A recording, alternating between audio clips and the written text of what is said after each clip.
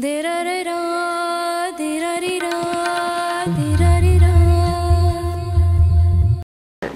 is the #1 reason for preserving the animals? That's simple, because we love them. If you don't love something, you're not really into it with passion enough to do something of this magnitude. Because love is giving. It's also accepting. Why did we move the park here, this location? You notice how everything is natural all around? Natural, natural, natural is an objective. Anytime we make it unnatural, it's man-made, and it loses its enticement. It's not as good. So we want them to be able to feel like they're in the wilderness, and they do. We want them to have the most space that they can have, and it needs to be in an area where lots of folks can come and enjoy and learn and connect with the wild. And this particular location here in Camp Verde is a pretty good place to do that. It's not far from Phoenix, and people from all over the world come here. So it's a reasonable location. Where do the animals that we have at the park come from?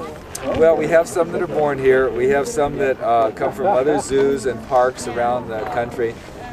We have some that come from as confiscations, for example, like from the Arizona Game and Fish Department or the federal government. And some of them come right out of the wild. There's a mountain lion over here that somebody apparently killed their mom, and so she joined us about almost 15 years ago now. No, she's alive. And she lives with bears. They've been together for 15 years, and they're completely compatible. And then we have, sometimes people call and they say, I have this particular animal and I'm moving to the state of Arizona, it's not legal, can you take this animal? So we might say yes. Boom Boom the rhino, he was going to be shot and killed in Texas, hung on the wall, that big rhino. And so Mark Echo from Echo Clothing ended up purchasing that rhino to get him away from the canned game hunt people that had won him at the auction in New York. And so they called, the Echo group called and asked if we would accept a rhino. And I said, well, we've never had one before, but let me know how it works out. We got another call. It was 10 days later, we had a rhino.